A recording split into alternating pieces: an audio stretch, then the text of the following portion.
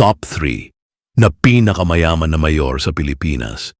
Una, si Mayor Albi Benitez, ang nananatiling nangunguna sa listahan ng pinakamayamang alkalde sa bansa.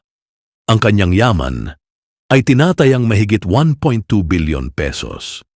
Ikalawa, si Mayor Joy Belmonte ay consistent sa pagiging isa sa mga pinakamayamang lokal na opisyal. Ang kanyang yaman naman ay tinatayang mahigit 800 million pesos.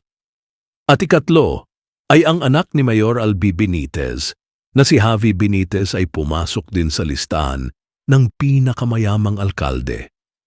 Bilang isang bago at batang alkalde, ang kanyang deklaradong yaman ay naging usap-usapan dahil sa laki nito kumpara sa ibang veteranong politiko.